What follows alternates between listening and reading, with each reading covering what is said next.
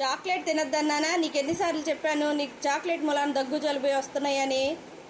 నిన్ను ఇలా కాదు, నీకు ఎన్నిసార్లు చెప్పినా అర్థం కాదు. నిన్ను అట్లకాడ కాల్చి బాగా వాతలు పెట్టాలి. అమ్మా